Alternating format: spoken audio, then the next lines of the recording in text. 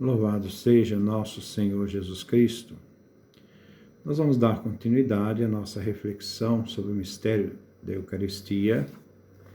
Estamos falando da oração eucarística para diversas circunstâncias ou diversas necessidades.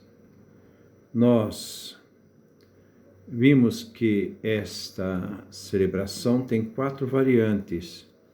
Agora nós vamos trabalhar essas 4 variantes.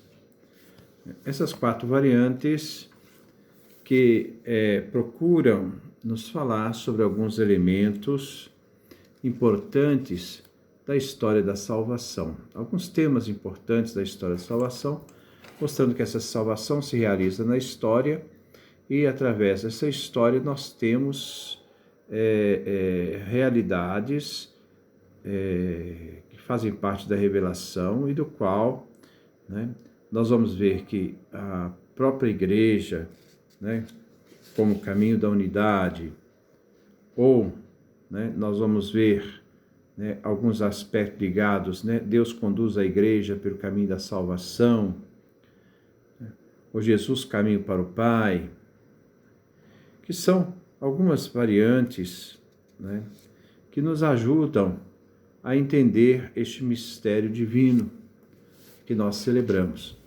Porque é igual aquela expressão, lex orandi, lex credendi. Aquilo que se reza é aquilo que se crê. Porque quando nós chegamos a celebrar, é porque tudo aquilo que nós acreditamos está presente naquilo que se celebra. Nós rezamos a nossa fé. Então, diante disto, nós vamos ver esta oração eucarística para diversas circunstâncias, necessidades. Nós temos 4 orações eucarísticas. A primeira nós já vimos.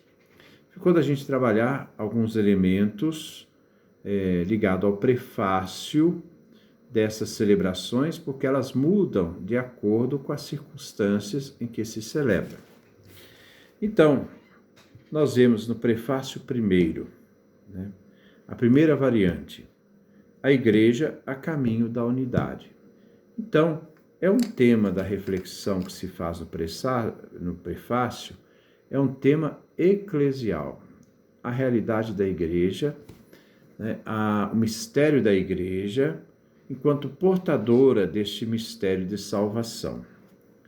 Nessa variante, nós vamos encontrar o seguinte prefácio. Começa assim: é verdadeiramente digno e justo dar-te graças, isto é, o Pai, e cantar-te o hino de glória e louvor, Senhor, Pai de infinita bondade. Por quê? Porque, como eu já havia falado antes, o Pai sempre é princípio e fim de toda a obra da salvação. As pessoas divinas na história da salvação, antigamente se chamava economia da salvação, então as pessoas divinas, elas estão agindo nessa história. E essa história da salvação tem sempre o Pai como princípio e fim. Então a oração eucarística começa esse prefácio dirigindo ao Pai. É verdadeiramente digno e justo dar-te graças e cantar-te o hino de glória e louvor, Senhor, Pai de infinita bondade. Por que nós iniciamos esse grande louvor ao Pai? Agora vem a exposição do porquê desse louvor. Porque, pela palavra do Evangelho de teu Filho, a boa nova anunciada por Jesus. Nós temos que ver que essa boa nova ela é caracterizada em 2 momentos. Ela é caracterizada a partir do momento em que Jesus, nos evangelhos, anuncia o evangelho do reino, e depois da ressurreição de Jesus, Jesus passa a ser a centralidade da mensagem, então a centralidade do evangelho. E ele diz: porque, pela palavra do evangelho, da boa nova de teu Filho, reunistes todos os povos, línguas e nações numa só igreja. A igreja é una. Aqui se trabalha sobre uma propriedade da igreja. A igreja tem 4 propriedades. Ela é una, santa, católica e apostólica. Se ela perder uma dessas propriedades, ela já não é plenamente mais igreja. E aqui se fala da unidade, né? Porque pela palavra do evangelho de teu filho, reunistes todos os povos, línguas e nações numa só igreja. Então, a propriedade da unidade da igreja, pela qual, vivificada com a virtude de teu Espírito, porque a igreja é o Espírito Santo que acompanha a igreja na história. Essa realidade do Espírito Santo que acompanha a igreja na história, nós podemos encontrar lá no Evangelho de São João, no capítulo 20, versículo 19 em diante. Quando Jesus dá a missão aos discípulos, como o Pai me enviou, eu também vos envio. Isto é, os discípulos dão continuidade à missão que o Pai confiou ao Filho e o Filho confiou aos discípulos. Então é Jesus que é autor da missão dos discípulos, essa missão na história, né? Porque ele estava para subir aos céus, então a missão na história, né, é dada aos discípulos para dar essa continuidade. E para auxiliar os discípulos nesta caminhada da história do anúncio do Evangelho, Jesus então dá o Espírito Santo, recebei o Espírito Santo. Isto é, o Espírito Santo, a terceira pessoa divina, que vai acompanhar a igreja nesta obra de salvação, na história. Então, a assistência do Espírito Santo na história que acompanha os discípulos, cuja autoridade é dada por Jesus, porque eles dão a continuação daquilo que Jesus lhe deu. Então, pela qual a igreja, vivificada com a virtude do teu Espírito, não deixa de congregar na unidade todos os homens. Novamente forma esse item fundamental da igreja. A igreja é una, ela gera unidade. Mas também um aspecto da nossa compreensão da Eucaristia. A Eucaristia gera a igreja gera a Eucaristia. A Eucaristia faz a igreja faz a Eucaristia. E ela, a igreja, manifestando, né, a aliança de teu amor, né? Porque a igreja é que traz o dom da Eucaristia, né? Que é o dom do amor. Distribui incessantemente a feliz esperança do reino, porque a perspectiva da celebrativa está sempre aberta ao futuro, é a esperança. A esperança é uma realidade futura que nós ainda não atingimos, mas que já, desde antemão, pela fé, nós acreditamos e esperamos. E resplandece como sinal da tua fidelidade, porque o Pai é fiel na sua obra de salvação, que prometestes para sempre em Cristo Jesus, nosso Senhor. Então, essa centralidade de toda promessa realizada através de Jesus Cristo. E por isso, com todas as potências do céu, nós te celebramos continuamente na terra, dizendo com a igreja inteira a uma só voz. Então agora vem, a partir desse prefácio, vem então o santo, né? O trisságio, né? Que é justamente essa oração que nós rezamos com a Assembleia, e essa Assembleia então responde a esse prefácio com essa oração, já preparando então para a narrativa em preparação da narrativa da celebração eucarística e das palavras de Jesus. Depois nós temos uma variante segunda, também em referência ao prefácio. Esta variante segunda vai trabalhar o tema teológico: Deus conduz sua igreja pelo caminho da salvação. Então, a ação de Deus que age na sua igreja tendo em vista a salvação. Vamos ouvir então esse prefácio da variante segunda. É verdadeiramente digno e justo, equitativo e salutar, que te demos graças sempre em todo lugar, Senhor Pai Santo. Então, aqui nós temos novamente o prefácio da oração que expressa a realidade salvífica, a história da salvação, sempre centrada ao Pai. Pai Santo, Criador do mundo.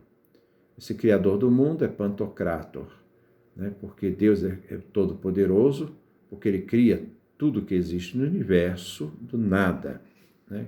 Criador de todas as coisas do mundo e fonte de toda a vida, porque a vida brota como fonte divina, né? Então nós participamos dessa vida divina, né? Que não abandonai jamais as obras da tua sabedoria, porque diante dessa presciência de Deus existe a sabedoria divina que tudo dispôs, tendo em vista a salvação do ser humano, né? E continua, mas ainda atuas proveniente no meio de nós, isto é, a ação do Pai ainda presente no meio de nós. O Pai não nos abandonou nesta missão.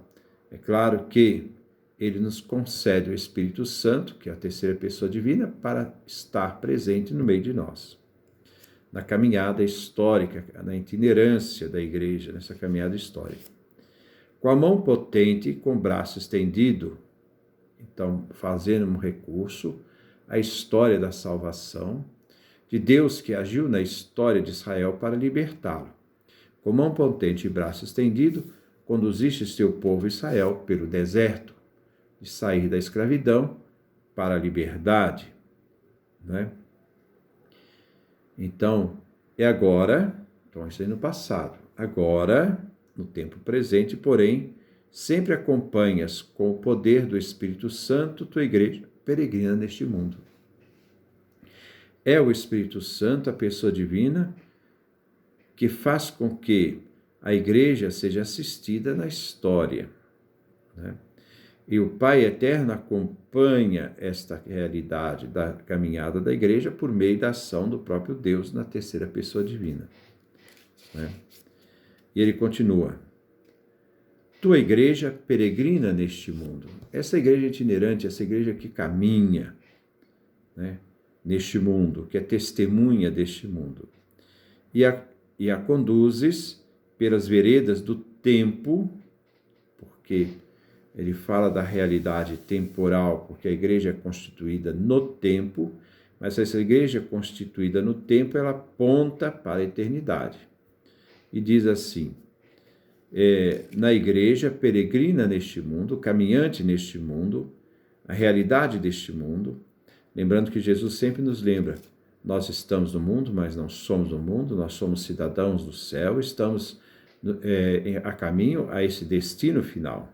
E ele diz, com mão potente, com braço estendido, conduzistes teu povo Israel pelo deserto. Agora, porém, no tempo presente, sempre acompanhas com teu poder do Espírito Santo, tua igreja peregrina neste mundo, e a conduzes pelas veredas do tempo, da realidade histórica, temporal, à alegria eterna do teu reino por Cristo, Senhor nosso. É através desta realidade da nossa caminhada ao destino final, que é o reino eterno. Então, nós somos acompanhados neste momento da história pela ação do Espírito Santo, né? Lembrando que o Pai Eterno, né, conduz a igreja, peregrina neste mundo pelo Espírito Santo, né, por mediação do Cristo nosso Senhor. Por isso, também nós, com os anjos e os santos, cantamos o hino de sua glória, dizendo sem fim. Aí, nessa variante segunda, nós temos, então, né, o santo, que é essa passagem que se reza, da Assembleia se reza, em preparação já ao aproximar da consagração. E nós temos uma variante terceira, Jesus caminho para o Pai, então é cristológico. Então dispõe de uma cristologia. Vamos ver como está o prefácio desta variante terceira das orações eucarísticas de diversas circunstâncias. É verdadeiramente digno e justo, equitativo e salutar, são as expressões comuns, que te demos graças sempre em todo lugar, sempre te demos graças sempre, né? Então, a questão temporal e, em todo lugar, a questão espacial, né? Espaço e tempo. Pai Santo, Senhor do céu e da terra, por Cristo, Senhor nosso, através de Cristo, Senhor nosso, né? Porque todo o nosso louvor ao Pai passa por mediação do Filho, né? Nós reconhecemos que toda ação litúrgica é dirigida ao Pai pelo Filho no Espírito.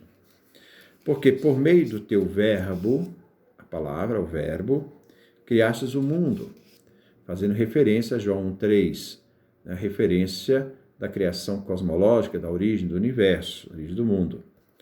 E reges todas as coisas com equidade. Deus tem nas mãos o poder de toda a criação, né? Ele cria o mundo, mas tudo se refere a Deus, porque Ele é sempre princípio e fim de todas as coisas. Por quê?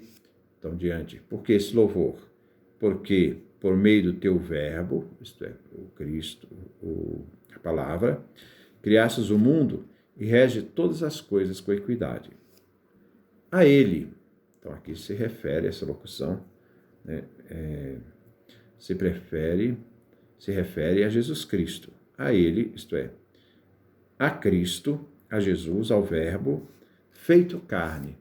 A palavra se fez carne e habitou entre nós. O Verbo se fez carne e habitou entre nós. Então, esse Verbo se faz um ser humano, né, débil, frágil, se faz carne, assume uma carne humana. Ele, feito carne, nolo desce como mediador. Ele é o mediador da nova aliança, o mediador da salvação. Aqui está a mediação de Cristo. Cristo é o único mediador na cruz.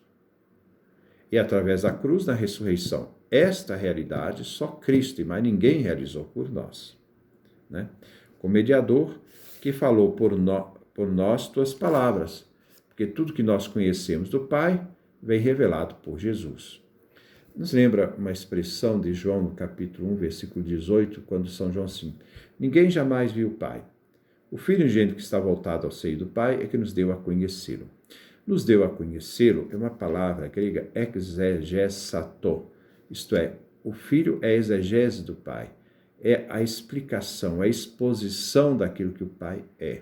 Se quisermos conhecer o Pai, só podemos conhecê-lo por meio do Filho, que é a exegese do Pai, que é essa expressão, né, da verdadeira do conhecimento do Pai.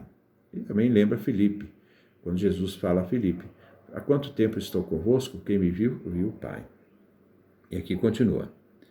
Então, ele é o mediador que falou por nós tuas palavras e nos chamou, né, a seu seguimento. Então, nos chamou ao discipulado, né, ao discipulado. Se bem que nós devemos entender esse segmento mais na perspectiva grega do que na perspectiva latina, que é a colutel. A colutel, na língua grega, significa assumir a causa de Jesus e fazer da causa de Jesus a nossa causa. Estar do lado de Jesus como companheiro de Jesus para poder fazer com que aquilo que Jesus colocava como fundamento para a sua missão também se torne a nossa. Ele é o caminho que nos conduz a ti, o Filho, a dimensão cristológica. A verdade que nos liberta. Ele é o caminho, a verdade e a vida. E a vida que nos cumula de alegria. Então, o Filho é verdade, caminho, verdade e vida, né? Nessa realidade, ele é caminho na cruz, ele é verdade na cruz, ele é vida na cruz. Aquele que morre é aquele que vence a morte e nos dá a vida. Então, é a realidade sempre centralizada no mistério da morte de Jesus. Ele é que nos conduz ao Pai. Ele é o caminho que nos conduz a ti, né? Isto é, ao Pai. A verdade que nos liberta. Então, ele é a verdade que nos liberta. A vida que nos cumula de alegria. Por teu Filho, reúnes numa só família os homens. Novamente, a realidade de que Deus produz um corpo, uma família dos seres humanos, que fizestes para a glória do teu nome, como fonte da eleição, né, da escolha paterna. tendo-se unido pelo sangue de sua cruz, pelo sangue da cruz de Jesus. Este sangue da cruz de Jesus é que vai remir a humanidade. O preço da nossa salvação foi o sangue de Cristo, o preço da redenção. Esse sangue que Maria deu a Jesus quando gerou na humanidade perfeita. E é assinalado com o sigilo do Espírito Santo. O sigilo é o selo. Um documento só tem validade se ele tem um selo. Então, o Espírito Santo é essa garantia da veracidade, é o selo realmente de validade. Por isso, agora e pela eternidade, proclamamos, isto é, falei em nome da comunidade, o presidente, com todos os anjos de tua glória, clamando em festiva celebração. Então, aqui nós temos esses aspectos, né, que são importantes para a nossa compreensão desta variante, né, da Eucaristia, a oração eucarística sob diversas circunstâncias. Nós estamos vendo a questão do prefácio. E depois, nós vemos uma segunda epiclésia aqui, ele trata da segunda epiclésia, que se trata depois da Eucaristia. Então, a variante primeira traz a seguinte: a igreja é o caminho da unidade. Renova, Senhor, com a luz do Evangelho, a tua igreja que está local, a igreja de Belo Horizonte, a igreja de Vinópolis. Então, a igreja que está naquele local onde tem o bispo, e é só um bispo. Os bispos auxiliares não são bispos da diocese, eles são bispos auxiliares do bispo, então, no caso, arcebispo, né? Então, porque eles têm a diocese deles espalhada pelo mundo. Não. O único bispo da igreja, vamos supor, de Belo Horizonte é Dom Valmor. Ele é o único, os outros são auxiliares de Dom Valmor, trabalham para a diocese, mas auxiliares de Dom Valmor. Então, renova, Senhor, com a luz do teu evangelho, a tua igreja que está em tal local. Consolida o vínculo da unidade entre os fiéis e os pastores do teu povo. Novamente, gerar unidade. A Eucaristia gera unidade. Juntamente com o nosso Papa e o nosso Bispo, a igreja, no caso aqui, a igreja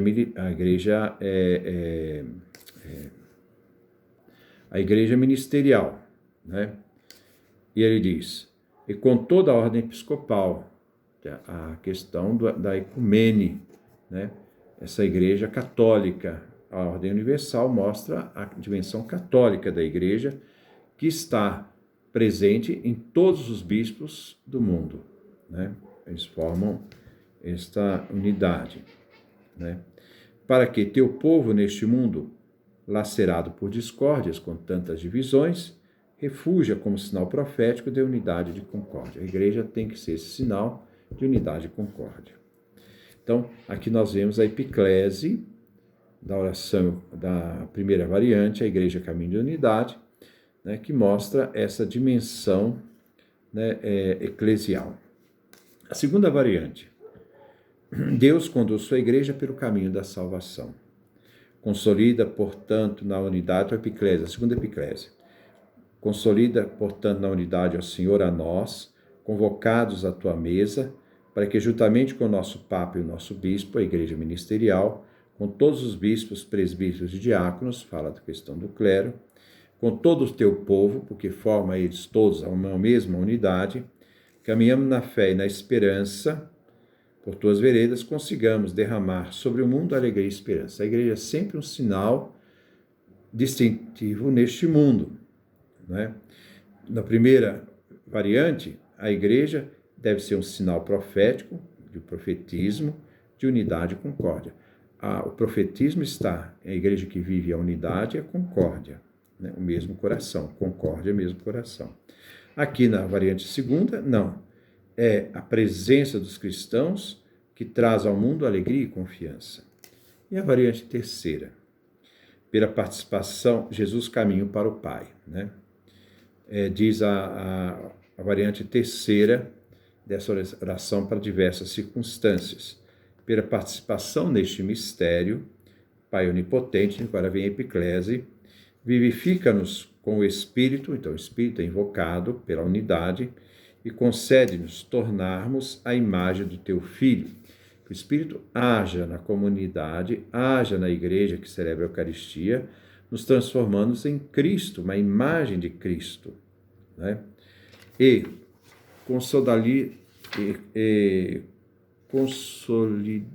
consolida-nos no vínculo da comunhão, juntamente com o nosso Papa, nosso Bispo, a Igreja Ministerial, com os outros bispos, presbíteros, diáconos e com todo o teu povo. É todo o sacerdócio comum dos fiéis, né? Juntamente com seus ministérios, porque o sacerdócio comum dos fiéis, todos participam do batismo. O sacerdócio ministerial está à disposição do sacerdócio comum dos fiéis para exercer a sua função de santificação, a função celebrativa de unidade. Faz com que todos os fiéis da Igreja, prescrutando à luz da fé os sinais do tempo, possam ser presença real de Cristo e ver a realidade a partir dos olhos da visão de Cristo. Consigam consagrar-se com coerência ao serviço do Evangelho. Torna-nos atentos às necessidades de todos os homens. A Igreja é presença no mundo que responde às expectativas, às realidades, das exigências do mundo, a fim de que, participando em suas tristezas e angústias, a realidade desse mundo em crise, em seu gozo, na sua esperança, levemos fielmente o anúncio da salvação e avancemos com ele no caminho do teu reino.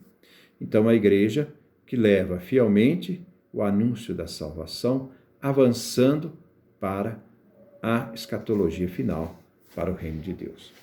Então, com isso, nós vemos essas 3 variantes da oração de diversas circunstâncias, né?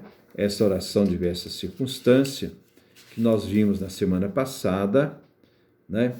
Também chamada por várias necessidades. É muito rico teologicamente, porque nós rezamos aquilo que cremos. Aquilo que cremos se transforma em liturgia. E nós fazemos dessa liturgia a expressão mais profunda da nossa fé. Que Deus nos dê a sua graça, a sua bênção, a sua face resplandeça sobre nós.